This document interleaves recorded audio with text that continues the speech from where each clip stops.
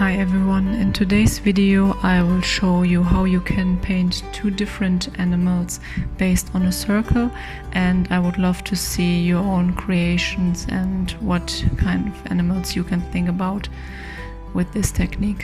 Have fun! مرحبا جميعا، سأريكم في هذا الفيديو اليوم كيف يمكنكم رسم حيوانين مختلفين بالاعتماد على دائرة، وأرغب في رؤية إبداعاتكم وما هي الحيوانات التي تفكرون بها باستخدام هذه التقنية.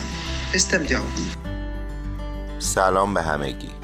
در ویدیوی امروز من به شما نشان خواهم داد که چگونه می توانید دو حیوان مختلف را بر اساس دایره نقاشی کنید.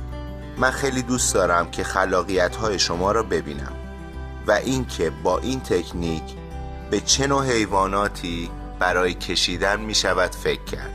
لذت ببرید.